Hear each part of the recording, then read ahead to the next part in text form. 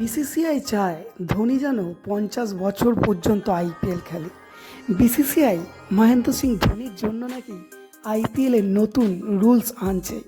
বিসিসিআইয়ের কী লাভ, ধোনি থাকুক বা না থাকুক তাতে বিসিসিআইয়ের কী লাভ, কিন্তু ঠিক এরকমই বেশ কিছু গুজব রটছে বিসিসিআই এবং সিএসকে টিমকে নিয়ে। তো কী গুজব সেটি জানাবো। কেকেআর টিম, সিএসকে, আরসিবি এরকম বেশ কিছু টিমের আইপিএলের একটি নতুন রুলসের কারণে খুবই লাভ হতে চলেছে, যার মধ্যে কেকেআর টিমের দুই গুরুত্বপূর্ণ প্লেয়ার আন্দ্রে রাসেল এবং সুনীল নারিন এরা খুবই বেনিফিটেড হতে চলেছে আইপিএলের এই নতুন রুলসের সাহায্যে। তো সমস্ত কিছুটা আজকের এই ভিডিওতে আলোচনা করব, কিন্তু তার আগে তোমাদের কাছে একটাই রিকোয়েস্ট, চ্যানেলে প্রথমবার হলে অবশ্যই সাবস্ক্রাইব করে নিও। দেখো, বিসিসিআইকে নিয়ে, মহেন্দ্র সিং ধোনিকে নিয়ে যখন মহেন্দ্র সিং ধোনি টিম ইন্ডিয়ার হয়ে খেলতো তখনও তাকে নিয়ে অনেক গুজব রটানো হয়েছে যে বিসিসিআই সবসময় নাকি মহেন্দ্র সিং ধোনিকে ফেভার করে। তো এবারে আইপিএলে নতুন একটি রুলস আসতে চলেছে, যেটা মহেন্দ্র সিং ধোনি যখন ইন্ডিয়ার হয়ে খেলতো তখন এই রুলসটা ছিল, কিন্তু মাঝখানে বন্ধ হয়ে গেছিলো। তো সেই রুলসটা হচ্ছে যে কোনো আনক্যাপ প্লেয়ারকে তোমরা 4 কোটি টাকার বিনিময়ে রিটার্ন করতে পারো। এবং তোমরা খুব ভালো করেই প্রত্যেকে জানো মহেন্দ্র সিং ধোনি এখন একটা আনক্যাপড প্লেয়ার, কারণ সে ভারতীয় টিমের হয়ে খেলে না, তো সেহেতু সে আনক্যাপড প্লেয়ার। তাই মহেন্দ্র সিং ধোনিকে সিএসকে 4 কোটি টাকা দিয়ে রিটার্ন করতে পারবে। ঠিক আছে, এটা খুবই ভালো, এটা নিয়ে কোনো আপত্তি নেই, কারণ মহেন্দ্র সিং ধোনির যারা ফ্যান এবং যারা ক্রিকেটপ্রেমী দর্শক তাদের কারোরই এটা নিয়ে আপত্তি হবে না। কিন্তু বেশ কিছু সমালোচক বলছে যে সিএসকে নাকি এটা বিসিসিআইয়ের কাছে রিকোয়েস্ট করেছিল, এবং সিএসকের যে সিইও আছে এবং সিএসকের যে ম্যানেজার আছে তারা বিসিসিআইকে রিকোয়েস্ট করে নাকি এই রুলসটা করেছে।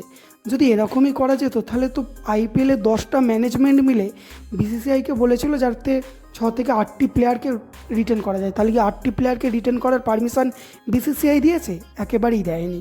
বিসিসিআই কোনো ফ্র্যাঞ্চাইজির কথাই শোনে না, আর না শোনাটাই স্বাভাবিক। তাই জন্যই বিসিসিআই আজকে একটা আইপিএলের অন্যতম শক্তিশালী ক্রিকেট বোর্ড, মানে বিশ্বের অন্যতম একটা শক্তিশালী ক্রিকেট বোর্ড।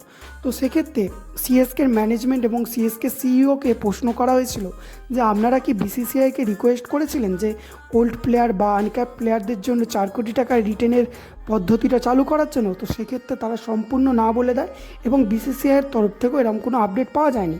তো এটা একটা সম্পূর্ণ গুজব যে সিএসকে এবং মহেন্দ্র সিং ধোনির জন্য বিসিসিআই নতুন রুলস এনেছে, এটা একেবারেই কেউ বিশ্বাস করবে না। এটা সম্পূর্ণ গুজব, এবং যারা এই ধরনের গুজব রটাচ্ছ তাদের জন্য তো আর কিছু বলার ভাষা নেই। দ্বিতীয়ত হচ্ছে আরসিবি এতে কি বেনিফিট হলো। দেখো, দীনেশ কার্তিকের মতো আনক্যাপ প্লেয়ারকেও তাহলে আরসিবি নিজেদের দলে চাইলে আরও 1-2 বছর খেলাতে পারতো, কিন্তু যেহেতু সে রিটায়ার নিয়ে নিয়েছে তাই প্রশ্ন এখানে আসছে না। কথা হচ্ছে কেকেআর টিমের কী লাভ হয়েছে।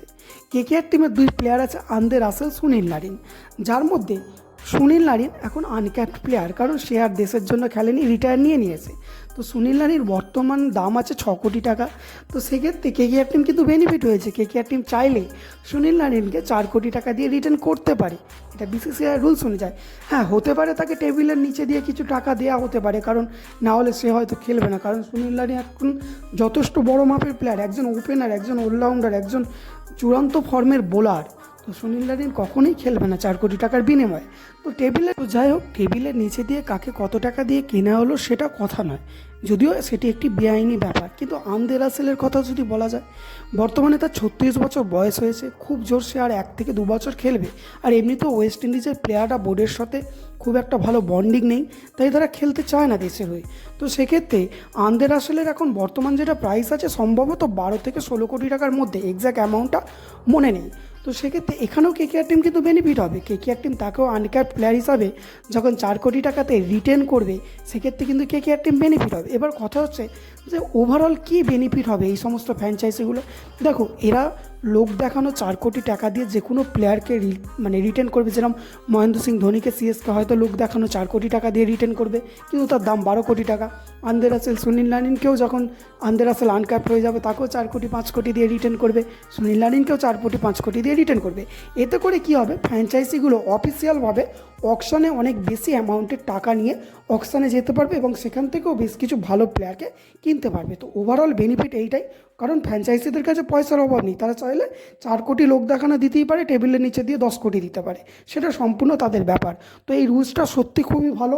এতে করে অনেক পুরনো প্লেয়ার মানে থাকতে পারবে, যারা মহেন্দ্র সিং ধোনির মতো প্লেয়ার, আন্দ্রে রাসেল, সুনীল নারিনের মতো প্লেয়ার। এটা খুবই একটা ভালো নিয়ম। তোমাদের মতে কী মনে হয় অবশ্যই কমেন্টে জানাবে।